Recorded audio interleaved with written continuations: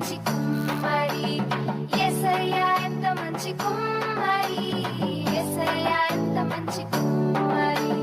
తెల్లగా చేశాడు నల్లగా చేశాడు తెల్లగా చేశాడు నల్లగా చేశాడు ఏది చేసినా మంచిగా చేశాడు ఏది చేసినా మంచిగా చేశాడు యేసు యేసు యేసయ్య ఎంత మంచి కుమ్మరి యేసయ్య ఎంత మంచి